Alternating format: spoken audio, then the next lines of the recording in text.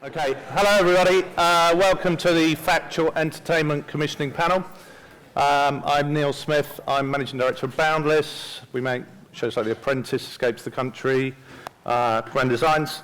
Our panellists today are Adrian Padmore, Commissioning Editor at Channel 5, Kelly Webb-Lamb, Deputy Director of Programmes and Head of Popular Factual at Channel 4, Kate Teckman, Commissioning Editor of Factual Entertainment at ITV, and David Brindley, Head of Popular Factual at BBC.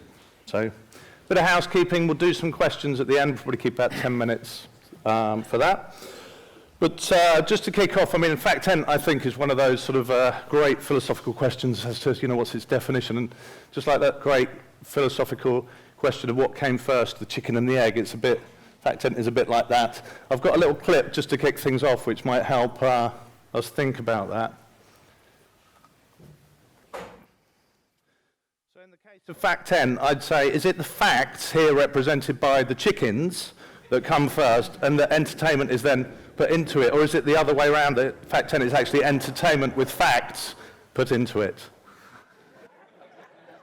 So that cost me £1,000, that gag. That was amazing. So, it was either that or start with one of those classic festival icebreakers like, if you were a shop, what shop would you be? So anyway, Adrian, if you were a shop, what shop would you be? Well, it's a tough one. I would be Poundland. Poundland, good choice. Yeah. I'm House of Fraser myself. Oh, especially after this session. Haven't they just gone down the pan? Yes, yes. Anyway, so moving on. I do want to stick with the sort of what is Fact 10, because I think when you think about what is Fact 10, it means different things to different people. I know it's a bit of a cliche to always ask that, but it does mean different things to different people in different channels, and I think it gives us a sense of tone as to what it means to each channel. So just briefly, panel, if you would like to tell me what Fact 10 means to you at your channel right now. So, Adrian. So we at Channel 5 are really factually focused. So I think Factual Entertainment for us is more factual than it is entertainment. I think where we succeed is when we do subjects that are based in the real world. I think also when they are positive, life-affirming, and sort of really warm subjects as well. So I think for us, it's finding subjects that really matter to people and then finding some sort of reward in terms of the entertainment. So those are the things that really work for us. And I think also when we have shows that have a real point and a purpose. So it's no good coming to us with an idea where you can't really see why you're doing it. I think you should always see why you're doing Factual Entertainment for Channel 5. And then hopefully it's working out that there's some positivity, some warmth, some real sort of life affirmation in it that will make the audience try and sort of connect with it and watch it. Great, thanks, Kelly.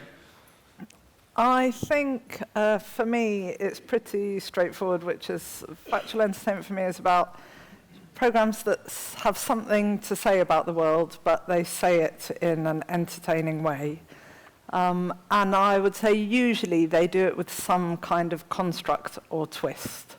At Channel 4, the Factual Entertainment Department, our slate is enormously broad and takes in everything from Undateables and kind of the more docky end of things all the way through Naked Attraction to Bake Off and The Island. So it's a massively broad slate, but there's always something to say and it's always entertaining.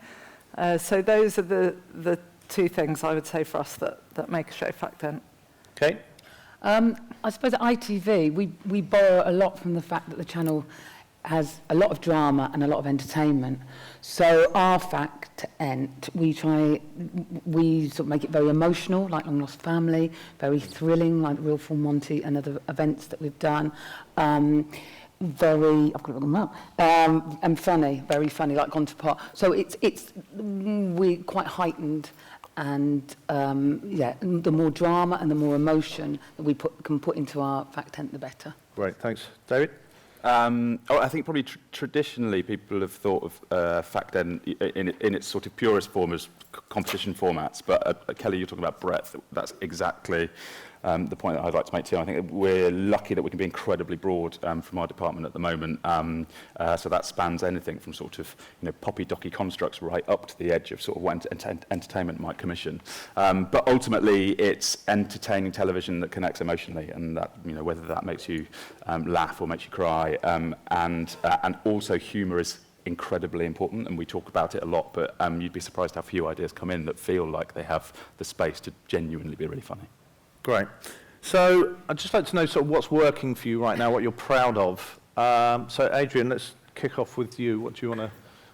Well, we've just won our first BAFTA, which is great for Cruising with Jane McDonald. So, and I think the thing about that show is it's really, really accessible. So for our audience, cruising is something that they all want to do, or they've tried, or it's a real kind of aspiration for them. But with Jane in that world, you get somebody who feels like one of them. So she's going into the world, she's taking you in there with her.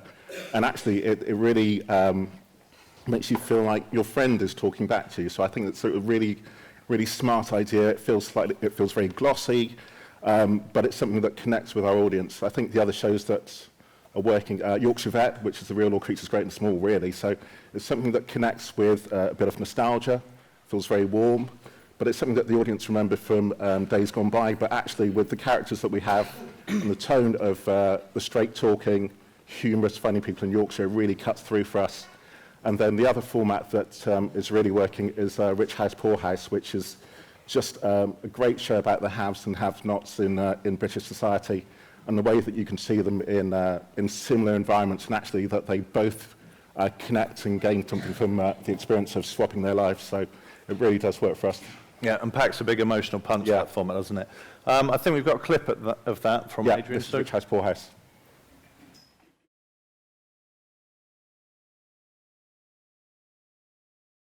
I must say, great show. And the best carriage clock I've seen since my aunt. Fantastic carriage clock. Actually. Beautiful. I didn't know you could still get them in that size. Absolutely. So Kelly, what about you? What's working for you? What are you proud of at the moment? So I think 3 shows come to mind. The first is obviously Bake Off. That's right. Bake Off. Oh. I actually remember sitting here exactly a year ago, kind of promising everyone that it would be all right and we would look after it, and Noel wasn't a complete disaster. And I think, here we are a year later, and the main series averaged 9 million, the final 10 million. I think Celebrity has really shown the talent have really kind of got into their stride, and Professionals also landing brilliantly. So it feels, I think, with Bake Off that we have kept what everybody loved about the show, but it does feel like a Channel 4 show, which feels really genuinely like an achievement. Really proud of that. Old People's Home for 4-year-olds is another one that I think feels quintessentially like a Channel 4 Fact Ent show. So properly authentic, really saying something about the world, but with a light construct, really funny, really heartwarming. Rated really well. It was our highest new series launch last year, apart from Bake Off. And it, it has actually changed the world. So people are putting kids into nursing homes all over the country. And that doesn't happen very often as programme makers, but it's really lovely when that does happen. So all credit to CPL for that, and that is returning. And then I also just wanted to talk about Genderquake, because Genderquake was a series that didn't rate as much as I would have liked it to. It got 900,000, which, in the old days would have been massively disappointing. But I think we are in a new place, and we're really, really proud of that series, because it was brilliantly made, brilliantly cast, and absolutely on the money in terms of being about something completely current, really out there in the world, and that we didn't shy away from the kind of edge and the rub and the conflict that's inherent in what that series was about. Optimum did a fantastic job of producing it. So, and that's really important to us at Channel 4, that we're not shying away from things that we knew that wasn't going to give us the numbers of the other 2 shows that I've talked about, but it's still really important for us to do it. Good, thanks. Kate? I think we're proud of all our Fact Ent at ITV. We're proud of Crime and Punishment, which has done really, really well and been really sort of thrilling and dramatic. We're proud of our access docs, like Heathrow, getting like 4.4 million, and EasyJet, which was really, really successful. I think probably the thing I'm most proud about is that we've taken some really big risks and they've paid off. So we risked it on Gone to Pot, which was just bizarre and absurd and was incredibly entertaining to make. And we risked it with Wilful Monty. And we're also really proud because we have been scaling up Fact Ent so that when we get something big like Wilful Monty, we get behind it and we really push it. And I suppose one of the things we are really most proud of is the Queen's Green Planet, which came from not a huge idea about the Queen's canopy, but then it was linked to the Commonwealth Leaders Summit. It was scaled up. Obviously, we put together, Joe put together, David Attenborough and the Queen, and it was like the sort of the best talent you could ever put together, and it was amazing, and scaled up to the point that you had the marketing projected onto Buckingham Palace, and everywhere you went and you could see it. It was really something I think to be very proud of. And finally, I think we're really proud of what we've been doing with talent, which is putting talent together, whether it was Ashley and Alexander, or Colleen and Victoria, or the Queen and Sir David.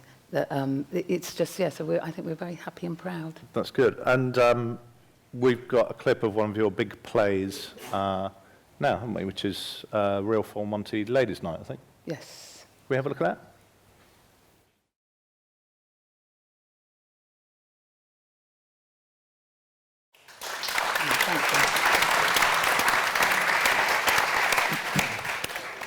Serious fun with boobs.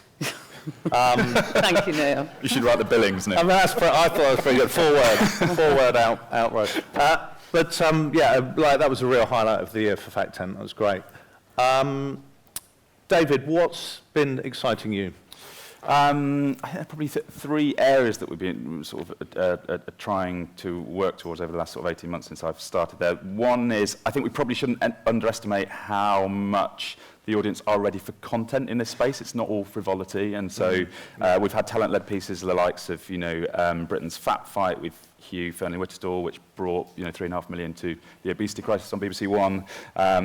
We've got another single going out this Thursday, actually, with Anne Robinson, looking at where women have come 100 years since some women got the vote. And they're really quite detailed and thinky pieces that are done in a really entertaining way. So that's one area that I think we're working well in.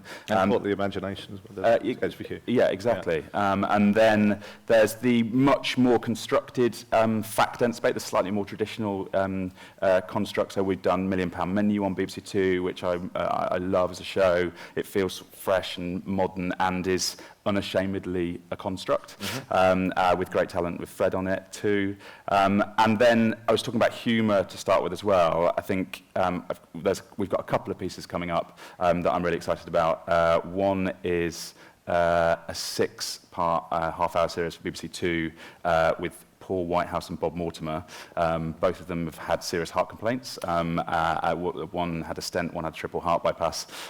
Paul invited Bob to go fishing because Paul's an expert, Bob's a complete novice. And so we follow two men standing in a river talking 6 times half hours, and it's a total joy. And it's genuinely very, very funny. So it's exciting to play in that space. And then we've also got a series with Ramesh Ranganathan called Ramesh's Really Rough Guide, which is him going to the least likely holiday destinations around the world and seeing whether or not we as Brits should be putting our hands in our pockets and going travelling there. We've actually got a clip of that, I think, when you brought a clip of that. But that's new, isn't it? Do you want to just... Yeah, so this is, I don't have a date yet, but it's coming out shortly. So this is Ramesh in Ethiopia. He's just been to the salt plains, which are just the most beautiful vistas you could imagine. And he's had a moment where he's actually enjoying himself. And this is immediately off the back of this, where he finds out that the plan for the night is to sleep under the stars.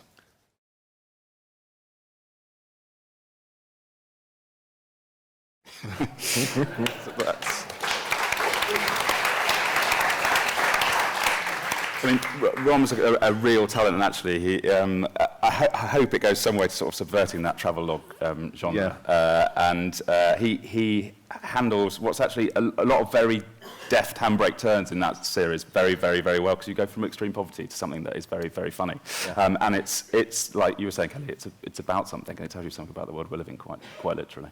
He's sort of like a master logistician, is that like a philosophy kind of? His philosophy is very sound, isn't it? I actually Googled who invented Insight after watching that clip. Who was it? It's a guy called James Naismith, who's actually the guy who invented basketball, but Google gives that as an answer, so I don't know. I mean, you do the math, I don't know. Kelly referred to Bake Off recently.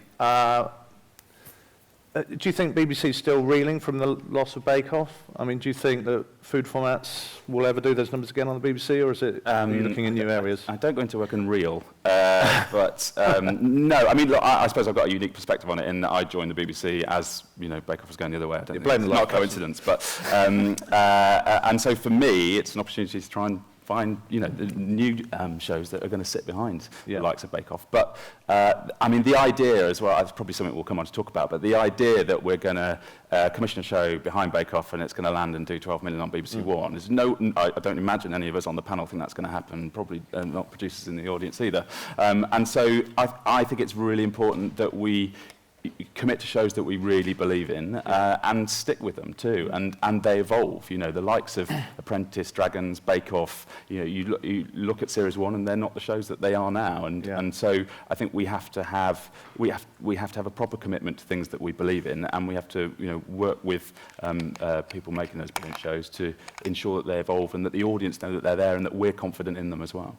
So what do you want? What's your direction of travel then? So it's not just food formats, you're looking at different genres. What's your... Completely. I mean, truthfully, we've got a lot of food at the moment. We've got a lot of food competitions or food content in one way or another. So I think breadth is key. And as I was saying at the top, you know, we're lucky to be both Popular, Factual and Fact Ent in our department. So we can commission those things that feel much dockier, but probably have some sort of framework or construct around them at one end, and we can push right towards entertainment at the other two. And I think, if anything now, the direction that we need to be thinking about as a department, I think, are those slightly more real-world constructed docu-spaces, poppy docu-spaces, that we think might play at 8 o'clock across BBC One and BBC Two, and that we can hopefully grow and build into, you know, bigger returners. Great.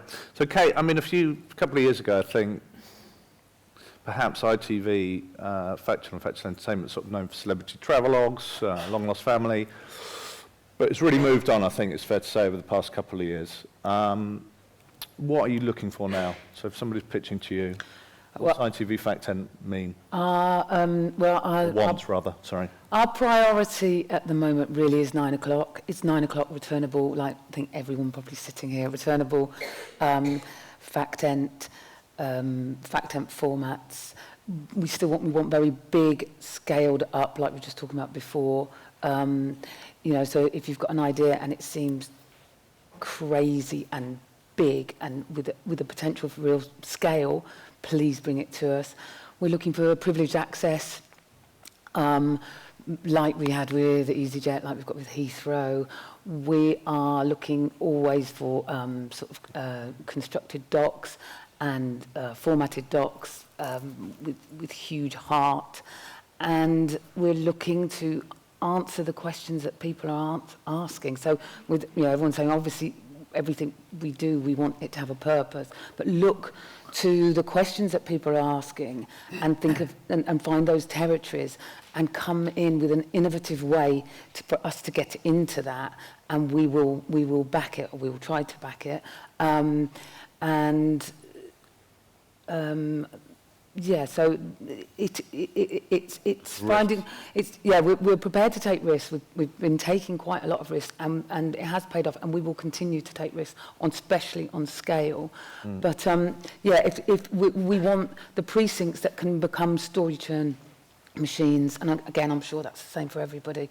But if you have ideas and they might seem absurd, or you think you can come in and make us laugh, then that is hard. And if you can make Kevin Ligo laugh, you've got the ink on the paper. So do think. It doesn't have to be comedy, and it might not be. You know, it might end up something quite dramatic. But trying to shift and think how you innovate innovate in the mainstream is really important to us. So, yeah, we don't want bland or soporific. We want something that feels genuinely, challengingly innovative, but innovative in the mainstream. Great, innovative in the mainstream, yeah.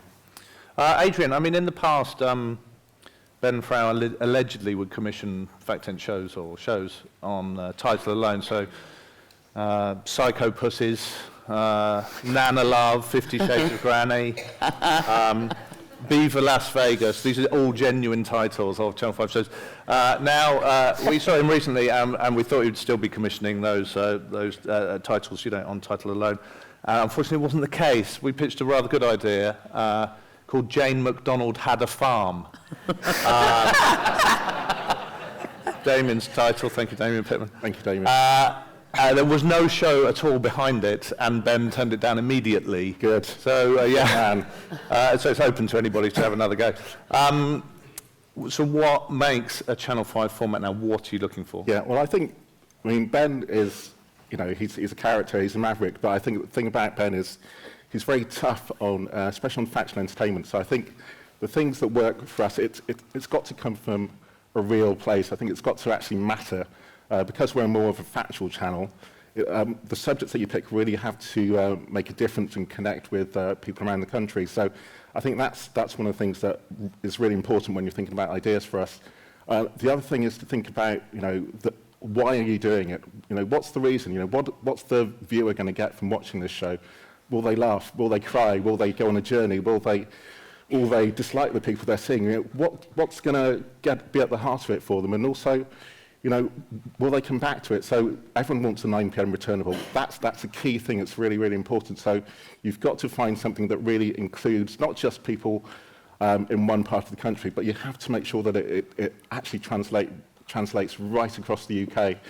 We've just made actually something called shorthand. It's Celebrity Trawlerman. And the thing about it was that when we thought about the idea of this world of fishing that we were just about to, I kid you not, we were just about to pitch that. Anyway, I'll stay out of it, yeah. We've made it now, it's too late. But I think one of the things that attracted us to the idea was the fact that you could go into this world of fishing, but how do you get into that world through people that you might connect with? So we put celebrities in it. It was the toughest thing that they've ever done, actually, these celebrities. They've just been out in the North Sea and they've all just come back alive, thank goodness. But one of the things about it was that you could actually explore fishing, you could explore a bit of Brexit, you could explore fishing rights, you could explore a whole lifestyle that you don't normally see. It was up in Scotland. You know, so there were lots of things that were really appealing about it. So I think for us it's about taking something that really matters to people in the UK and actually thinking, okay, what's the way in and how are we going to get our entertainment from it? Good. I knew that was a good idea. Kelly, you've just hired a new head of Fact-Ent, the tallest one in the business, I think. The rather piquant Alf Laurie. Yep. Why did you hire Alf? I think he's up there. Is that Alf? Hello, Alf. Hello, Alf.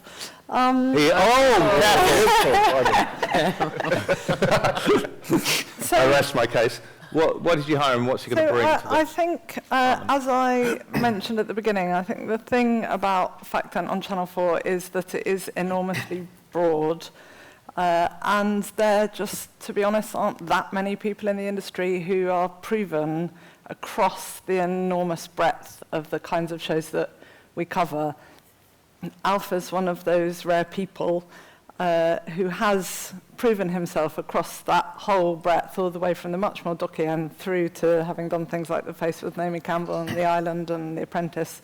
And he's also properly clever, has a real popular touch, and has a huge appetite for risk. And I think those are the three things for me that embody our department, and really they're the things that we need in ideas going forward. I think one of the things that happens to us at Channel 4 is that because of the remit and because Channel 4 has a kind of sense of purpose always about its shows, what we get pitched most, although we honestly never brief out for them, are kind of 2 or 3-parter sort of arced shows with a construct that kind of ask a question. And actually, therefore, we have quite a lot of those, and what we really need now are the kind of much riskier, much bigger channel-defining shows. So, for example, I mean, Bake Off is definitely one of those, but I would say The Island or The Circle, which is a new series that we've got coming up in the autumn. And, you know, those are big, bold, terrifying shows that when you begin making them, you really, really, really don't know what's going to happen. And I think that's an important thing about Channel 4, is that I want people to not feel like they have to come to us with everything fully formed, with everything worked out, even when the shoot begins. Creativity lies in not knowing what's going to happen and being able to make decisions quickly and shape things as you go. And I think that's, so what I don't want is familiar, derivative. I mean, I know everybody says this, but if an idea feels like something we already know, it's not what we need. What we need are ideas that we really don't know, that feel genuinely scary for all of us. The other thing that's really important to us, and if you came to the Ian's strategy launch, you will have seen the Faces of 4 tape. And who are our new faces of the channel? Who are we going to put on Channel 4 to you know, alongside those established faces that we're really proud of? And I think you can see from that tape that there is a genuine appetite for something new. And new talent is something that we're really, really working on, in fact, and it's really important to us. So that's something else that would be very interested in talking to people about. I think you brought a clip in which showcases new Yeah, talent for you. so this is a clip, the clip that I'm going to show is actually from a run-through, so it's from it's not the series that's going to be, but it's a new series with Joe Lycett called Joe Lycett's Got Your Back. I don't know if you know Joe, but he's a brilliantly funny comedian who has just played 3 massive sellout nights at the Apollo.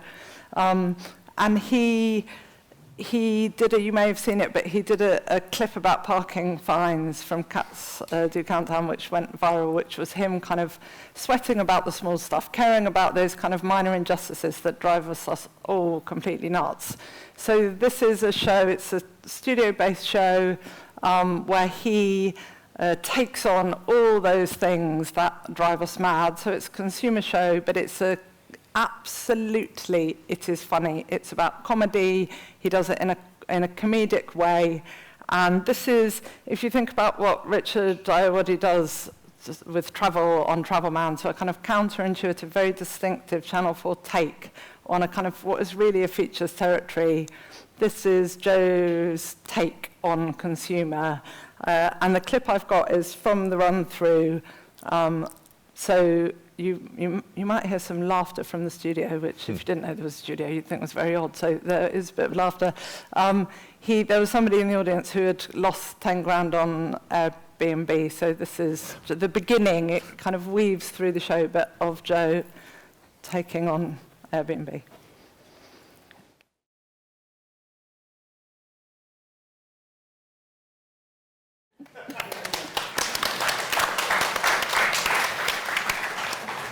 So I just want to open up the panel a bit and talk about the landscape, if you will.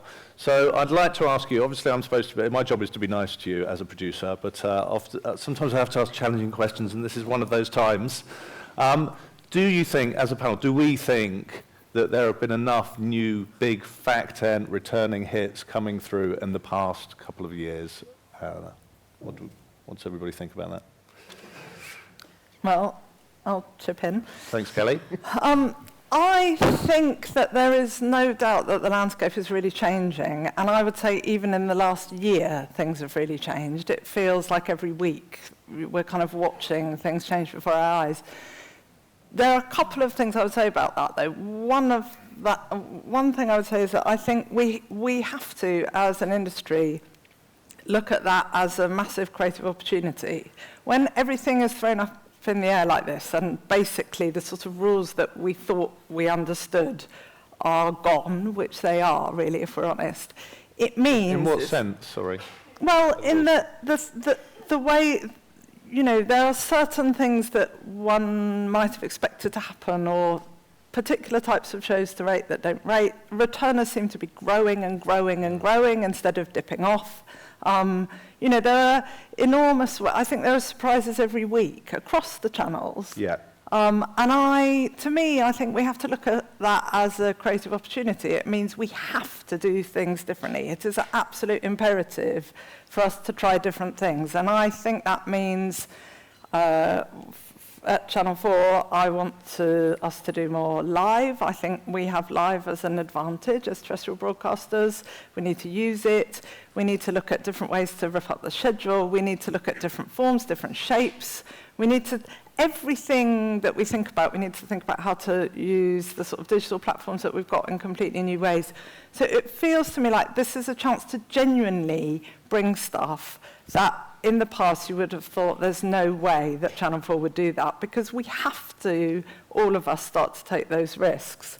I would also say, though, I don't think we should lose heart, because the shows that are cutting through and landing are fundamentally fact-end, but, you know, Love Island, Full Monty, Bake Off, The Apprentice still rating really well. You know, those big shows that do bring in the big numbers, they are fact-end. I think that we probably have to hold our nerve and stick with things and invest in them and love them and nurture them. But all in all, I think it is a really changing landscape, but we need to look at that positively, and for me that's exciting, and we need to be excited by it rather than downhearted and desperate. Yeah, and I think that it's also about making shows that are accessible as well, and I think part of the shows that are working, they've done so over years, they've grown over years. I mean, very few shows land and they hit straight away, so I think even Love Island obviously has been around a long time as a format, so I think it's about getting shows and actually really supporting them and actually believing in why you've chosen to commission them in the first place. Because I think that's the way that the audience, you know, if you don't trust your own shows, why should the viewer trust your show? So I think if you've got a show and you know why you commissioned it in the first place and you can see where the potential is and where it might go to, then you've got to back it, because that's the only way that you can get a bigger show in the end. That's the only way that it will happen. So we think we're talking about a grower, not a shower landscape. Yeah, I think that there are very few shows that land went straight off. They just don't. You know, it's a very, very rare thing. It's also it's just worth saying they're incredibly hard things to land. There's a reason why, you know, Bake Off and Gogglebox were the last massive hits, I think, sort of, you know, to come out and be returners. And so I think, you know, we're certainly aware of the fact that we're going to have to try a lot of titles and then continually back them if we're going to find the one that's going to stick. And it's about that confidence and signalling that to the viewer as well, that we have confidence in those programs, I think. And I think for us, it's taking the idea and backing it from the start and really scaling it up and using every opportunity and every technique we can, from the marketing to going live to whatever, to back it from that, to have sort of the courage of our convictions, take a big risk and go from you know, run at the wall from the start, really. It's also thinking about shape as well, I think, and making it feel like event television, because that is clearly working at the moment. And so for us, thinking about, you know, whether or not we can have a big fact-end strip next summer on BBC One is something that, you know, is definitely the forefront of our mind. Or how do we position our content so that the audience absolutely know it's there and make it unmissable? The reason that Love Island is doing 2.7 million, you know, amongst lots of other things, is that, you know, you have to be part of that conversation the next day. I was talking to someone the other day who was saying, I can't stand it, but I'm going to college, and everyone else is going to be talking about it. So just working out, you know, what it is in that content that makes it completely unmissable is really important. I think also, we all have to, you know, be really aware that these are really early days in terms of how things are changing, and none of us really know what it means. And so we need to be prepared to be flexible and to look at things as they develop. But one of the things that for me is really clear, certainly for Channel 4, particularly because the young audience is so important to us, is that the sort of old measurements of those metrics of success, the kind of however much we might tell you we love your show and we're proud of it, that if the overnights then come in and it doesn't do what you hoped it would, that feels like your kind of final exam grade.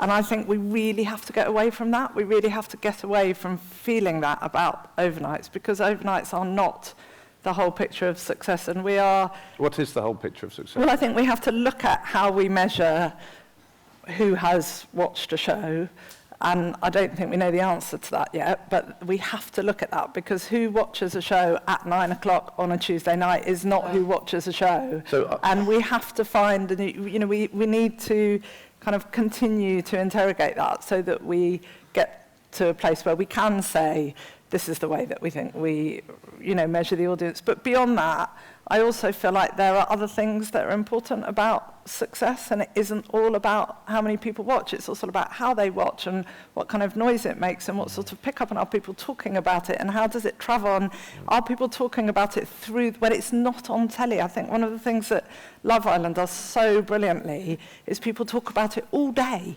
The conversation goes on the whole time when it's not on. So and you can't miss it. there are so many other ways that we need to start to, and I don't have the answers yet, but it's a conversation we need to be having. But I think that all of us, everyone in the room, we've got to be delighted and excited by Love Island, because it's a telly programme and it's being watched by millions, and it is literally the conversation of the summer.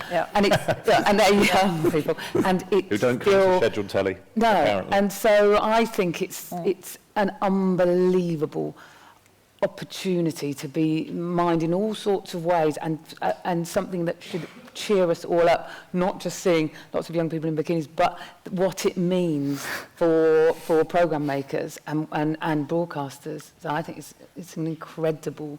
We all need a mixed ecology on our slates as well, right? So it's not all about overnights. I mean, it's about reflecting the nation. It's about talent. It's about regionality. It's about the stories that we're telling as well. And not everything that we commission we're commissioning to get 5 million. So obviously, different shows are doing different jobs for us, I think. So do you think we could see the end of the overnight soon, as those the test? Is that what you're committing to? What would we all do at 9:34 in the morning? That's true.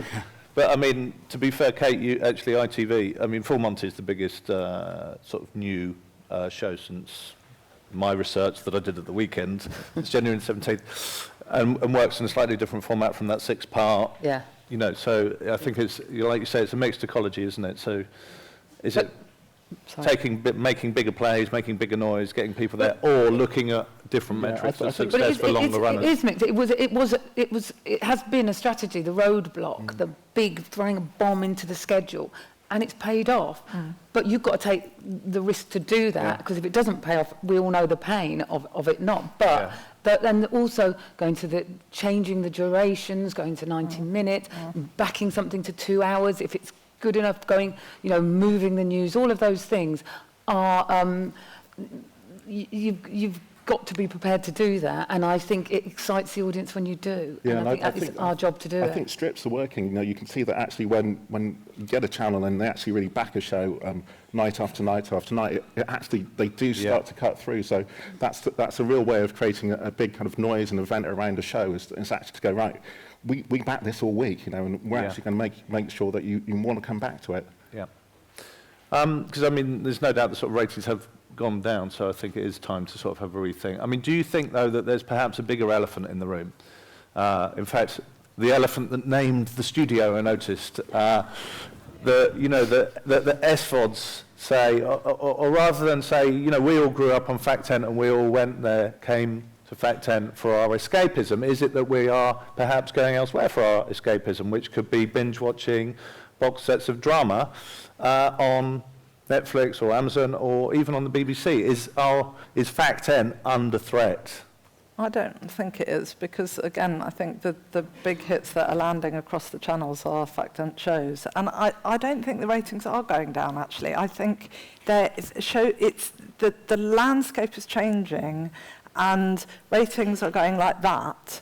But certainly at Channel 4, we've not got a problem with ratings going down at all. It's just that different shows are rating in different ways. Overnight, and that's true across the channels, I think. The way that things are landing is changing. But it isn't overall that people are watching less telly, or that certainly for Channel 4, it's not that people are watching less Channel 4 at all. So I think that requires us to think about stuff in a different way. And look, we all love to binge watch a drama, but we know that there are shows that still get millions and millions of people to sit down and watch them together. And most of those shows where that happens are Fact 10 shows. So I don't think we should... Such as Bake Off, Full Monty, Apprentice, you know, those Yeah. shows are still, I mean, for me, even Old People's Home for 4-year-olds, that's a 3 million, pushing 3 million show. That's a massive success for us. I don't think that's arrogance either. You know, there is good content out there. There's a lot more good content out there. That's good news for Yeah. everyone, isn't it? I mean, especially there's more places to take your great ideas to, and it ups the game of everybody that's sitting around the table. But are people still turning up for big events? Absolutely they are. You know, whether it's Factent or not. You know, 50 million people are tuning into Blue Planet 2 or the Royal Wedding, or you know, Bake Off or Love Island. So people, when the content is right, people will come. I mean, I watch Netflix as much as the next man, but there's definitely a world in which we can both exist together. Yeah, and I think with the drama at the moment, I think where drama's working is that there's a lot of darkness around drama. So actually, when you watch the shows, you know, they take you to a place that you wouldn't normally go, probably even 2 or 3 years ago. You can see things in drama that would really shock you if you thought about it 3 years ago on telly. So I think there's something that allows us to do, because in a sense, of course, it's not real, so we can go there in a drama. What Factent allows you to do is that it allows you to be in a place of happiness or warmth or feel very good about things. And so I think there's a very big difference between the two, that actually, if you want to feel happy and warm and positive, that you probably could go to a Factent show, and that's a great thing because it reflects what you're doing and what connects with you. Whereas if you want to go to be escapist and go to somewhere quite dark, you probably do that in a drama. So I think they're two very different things. But also the shows that they're desperate for now are the shows that we make. I mean, you know, when you look at the shows that are successful on Netflix now, whether it's Queer Eye or whether it's the shows that they're buying from us and putting on the platform, like World's Most Extraordinary Homes or those kind of things, then the fact that they're wanting the stuff that we're good at is a good thing. I think we have to continue to be good at it. So why watch a show on a terrestrial rather than an SVOD? Is there a reason to go to, you know? I think people come for great content, don't they?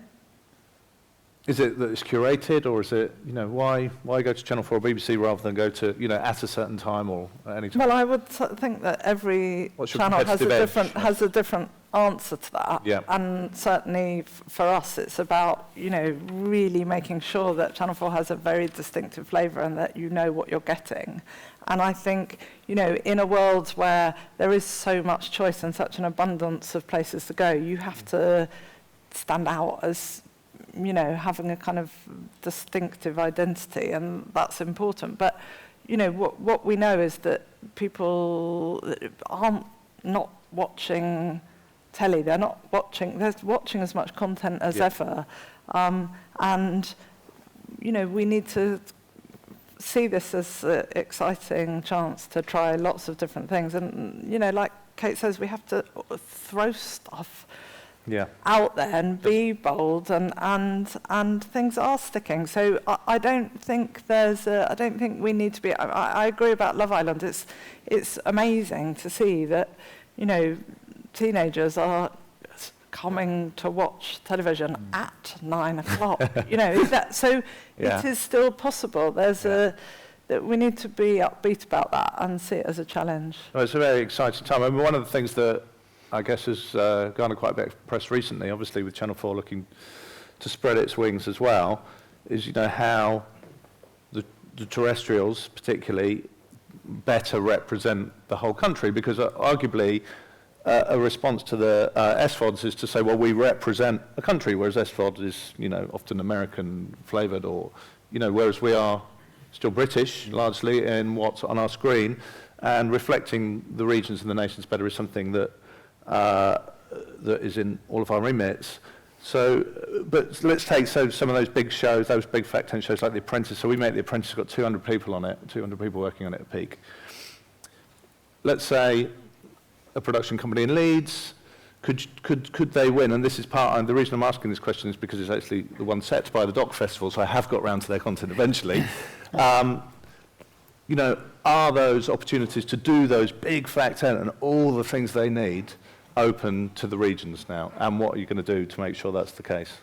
Absolutely, yes, they are. And, you know, I mean, as everybody knows, we're on a journey that is going to take us to 50% of spend by 2023. We're about to have 3 other locations around the country where there are actual, genuine creative decision makers. And to me, that is absolutely the right thing to do. I don't think it's really possible to properly represent the whole country on screen if all of the creative decision makers are sitting and crucially living in London, because life is different outside of London. It just is different. And at the end of the day, commissioners commission from their own tastes and their own instincts and their own interests. And, you know, we commission as human beings, and we know what makes us laugh and cry. And actually, you know, the fact that Channel 4 is going to have commissioners who live and work outside of London is, I think, absolutely right,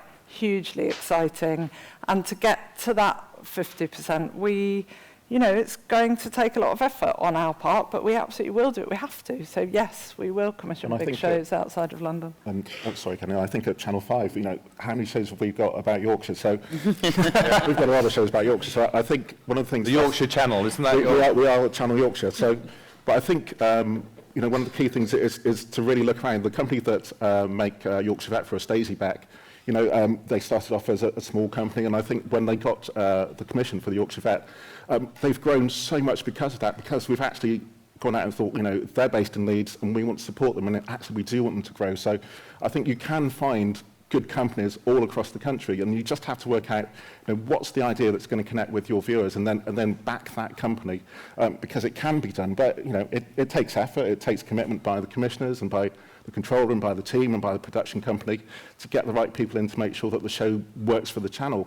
But it can absolutely be done, you know. And we've got Hallam Midwife up in Scotland. We've just made the fishing show out of Scotland as well with a Bristol company. So it is possible to look at lots of different companies all across the country and actually help and support them to make shows out of the regions. And what about, so Ian Katz recently said about, my notes, about better representing neglected areas of Britain on screen. So it's not just about allowing regional and national producers to make the shows, it's about actually reflecting different parts of Britain. What's Channel 4 Fact 10 doing about that? No, I mean, that's a massive priority for us, obviously, and I think that fits into not only the nations and regions agenda, but also, you know, we've got a new diversity inclusion strategy that we're working on, which will be announced in due course. And I think, you know, it's refocusing on the remit for now is absolutely what is top of our priority list, and we have to do that in order to stand out and be successful. And Fact 10 must never ever shy away. I mean, Genderquake's a perfect example of that. It is about those places that, you know, they are difficult, they are sticky, they have got conflict at their heart, they have not necessarily everybody in those shows is massively likeable. I think we have to go to places that are difficult, but we have to do it, in fact, in a way that's entertaining and watchable. And we need to be brave and not shy away from anything. But the neglected parts of the country, neglected communities need representation. It's a fundamental point of why we're here. Well, the audience needs to see themselves reflected back on screen. Yeah, It's exactly. really simple, but that's when you get big, broad populist hits, right? You know, particularly for us on BBC One, it's when people can see themselves on screen. And, you know, I'm a Midlander, I sort of bang the drum about not being so too metrocentric all the time. Although I don't have the Brummie accent anymore. But I think it's really important that people are bringing us the stories that are from you know, outside of London. Out in Well, for ITV, it's literally sort of our DNA. It's how we evolved. We are a group of companies, all regions, all nations, and it's fundamentally important to us and how we operate that we do reflect, and it's also, you know, our viewer base, that we do not reflect a London-centric view of Britain at all. Because Patrick said about he wanted to also pull the schedules away from the South East. Do you think that's happening in Fact 10, David? Yeah, I think so. I mean, it was things, you know, when £1 Million Menu came to us, I think it came to us as a London show, and the first thing we said was let's get it up, you know, get it up north, and we took it to Manchester because, you know, Manchester's got an incredibly thriving restaurant scene, and it's and Electorate were, you know, brilliantly enthusiastic about doing exactly that, but it needs that push. It needs that, you know, otherwise it's so easy for us to all sit back and sort of sit within the M25 and make things work. And actually, I think we're doing our audience a disservice if we're doing that. And so I think it's really important that all of us interrogate those ideas that either you're bringing to us or that we're receiving, to ensure that there's proper diversity of voice, you know, across the piece. We have to think about that within London as well, though, because I think there is a sort of inclination to think telly people are London. And actually, telly people aren't London. London is so much more complex and complicated and diverse and different and has so many communities in it. And actually, I think certainly at Channel 4, I think we've done a really brilliant job, and I think it's obvious when you look at any of our big shows of making sure that the people in Bake Off or The Island or Hunted or any are representative of the country. But actually, what I'm really excited about and want to talk to people about, both in London and outside of London, is where are the communities and the precincts and the stories where we can kind of sit in those places and actually go into places where people can. We've got proper, authentic portrayal of different communities and proper, authentic portrayal of different precincts. And that's something that I think's massively exciting, and we really need to do that. And it's a subtle shift, but it's a really important shift. And I think the Nations and Regions agenda is part of that, but it's not the whole of that. And we need to push that further to make sure that, we are telling all of those stories. Yeah, and I think people want to see people like themselves on screen, and I think that's really important. That if you want lots of people to watch your show, then they need to feel that there's a connection between the person they're seeing and who they are and what they care about and what subjects matter to them. So if they don't feel that, they won't come to it. So you've got to look at the whole country and actually say, okay, why are we getting various people on screen, and what are they going to do, and how are they going to connect with the viewers that we're trying to get? I think it's part of the response to the SVODs, I think, that I was talking about. It's being able to reflect your country, your people, is part of that response to the generic, if you like, factual entertainment push that the SVODs will no doubt, embark on very soon. So just before we wrap up, I think it's a really exciting time, actually, because, we've got these challenges, but I think creative responses are coming out of it, and it will make the landscape better. Do you agree? I think we should be feeling really upbeat and energised and excited. I don't think we should be feeling like the world, the world in our genre is shrinking. I think if anything, it's absolutely the opposite. Absolutely. And we've got a lot of opportunity, and we've got a lot of hours to commission as well, which is really exciting. And I have 6 of them. We had 6 shorts. So just to sum up, we sort of covered this, but just before we go to questions, I think it's just quite useful talking about how to fill those hours, David. Just to say, in a very short sort of sentence or so, what are you really looking for at the moment? What should people be pitching you top priority list, and what really do you not want at the moment? Okay, so we have got enough food, so I wouldn't bring us food at the moment. We've got a lot of content in that space. Definitely in that constructed, popular, docu space for 8 o'clock across BBC One and BBC Two feels like a priority for us at the moment, and that might be the sort of story factory type engine that has worked, well in that genre, particularly for BBC Two at 8 o'clock. And it's also, it's also worth saying, I think, for BBC One, without this one to sound uncreative, it's sort of territories are cyclical, clearly, in television. I know everyone sitting around development teams know exactly that, but just thinking about what that new route into a particular territory is can really just unlock something, whether that's talent, whether it's tech, or whether it's the shape of the thing. That's the thing that we're trying to hunt for, that will allow us into those territories again. And that's not to say that we're ignoring the sort of bigger fact end plays. Yes, we're still looking for those big fact end events for BBC One, and continuing to look at sort of 6-parters on BBC Two, just aside from food. So business feels like a space that we should be thinking about too. Right, thanks. Kate? Well, we're looking, I'm sure as everyone is, we're looking for the 9 o'clock returners. We are looking for scale. Also, we don't necessarily, with the 9 o'clock formatted doc returners, stuff that could be as good and as emotionally impactful as Long Lost Family. It doesn't necessarily have to be celebrity driven. We've had a lot of success with celebrity ensembles. That is not the only thing we want to do. To try and find civilian formats, for me personally, would be is a major focus. And we'll carry on with these big bombs in the schedule events and really get behind them, and sort of the bigger the better. And if you've got an idea and you think it's big, it's innovative, it has a mainstream, it would appeal to the mainstream, then do let us know. And yeah, so across the board, it's scale and the chance to have a returnable format with precincts that give us story churn, and not necessarily everything does not have to be celebrity driven. Okay. And anything you don't want at the moment? Anything that's bland and soporific, really. Just, Damn. I mean, Back to the drawing board. I mean, just, possibly gone are the days when the only thing in the edit was to take the pylons out of the countryside. I mean, that whilst, we'll continue to do travelogues and we'll continue to, all sorts of things, but it just mustn't be bland. It's got to be, it's got to appeal on, and be, exciting and innovative. Yep. Great. Thanks. Kelly? I think the most important thing for us at the moment is to bring us ideas that break the rules, that ideally you don't even know how to make them, maybe don't even know how to budget them, that properly different ideas that feel really exciting. What I don't want are 2 and 3 parters.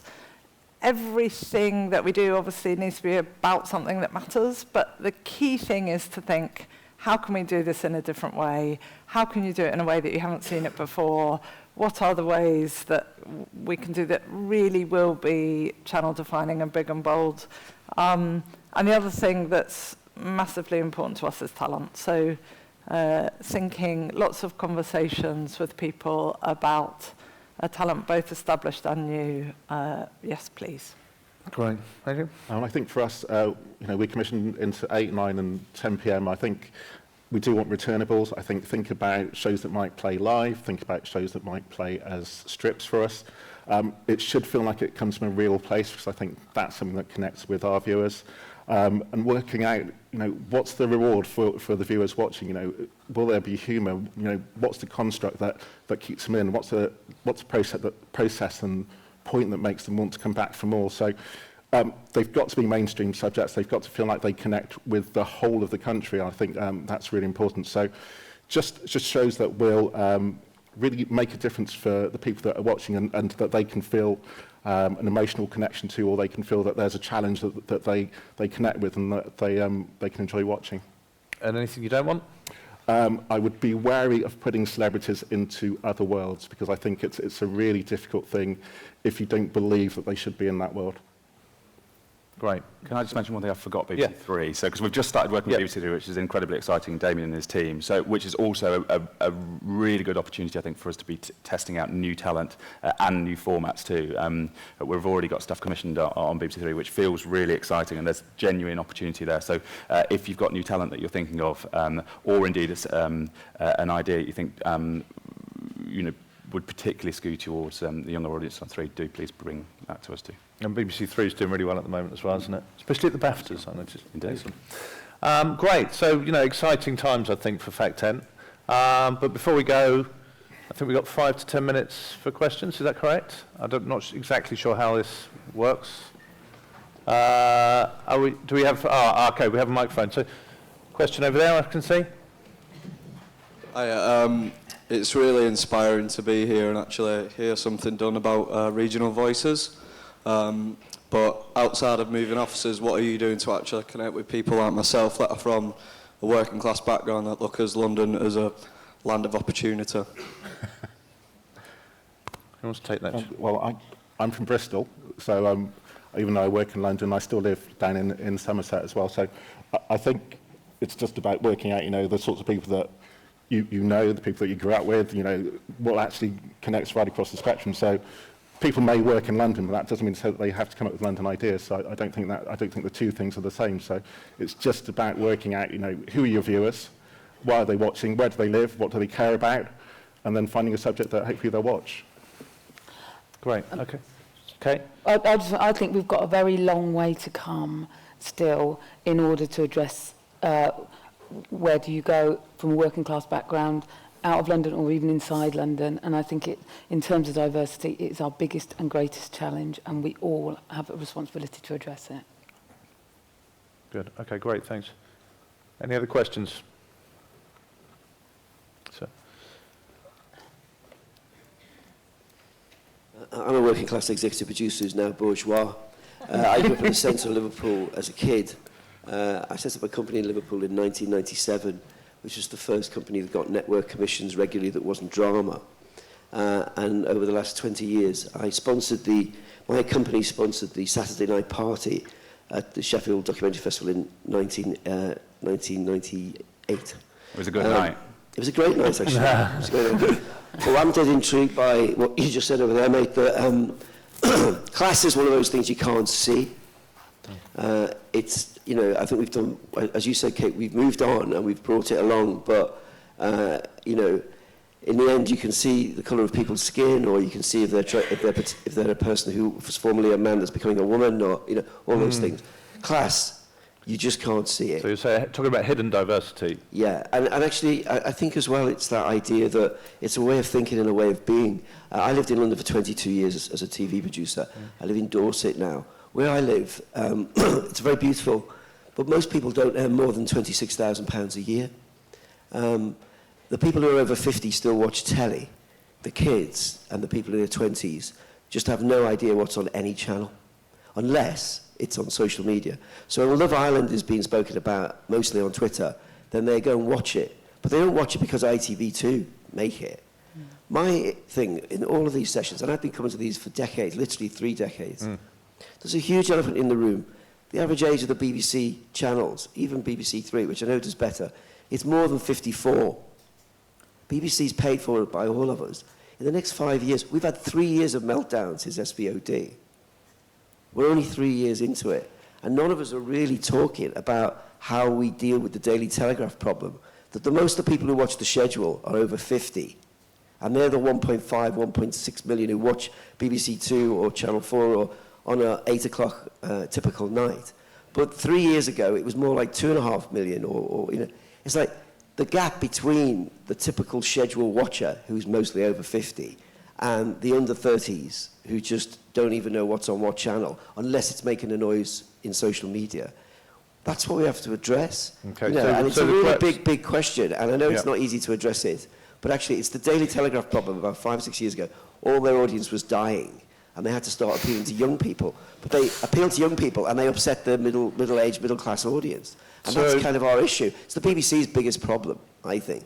How are you going to keep the middle-class over 50s watching, and yet still get the young? BBC 3 is... So that's the question. So, David. Sure. Well, look, that's all right. Thanks. There was a few questions in there. So, but first off, I'd echo what Kate says. I think sort of social mobility in TV is a major issue, and one that we need to address. And actually, quite a lot of it, I think, is about, and you were talking about it too, sort of the ability to sort of access the TV industry at an entry level as well. And so there's a lot of work going on at the moment, I think, in terms of ensuring that there aren't, you know, lots of free work experience being thrown around, because people can't afford just to get to London and live when they have when they're not being paid by indies. And I know there's a huge collective response to that, and in ensuring that we are getting different voices into the TV industry. I think that's incredibly important. I think we need to do a huge amount more on that front.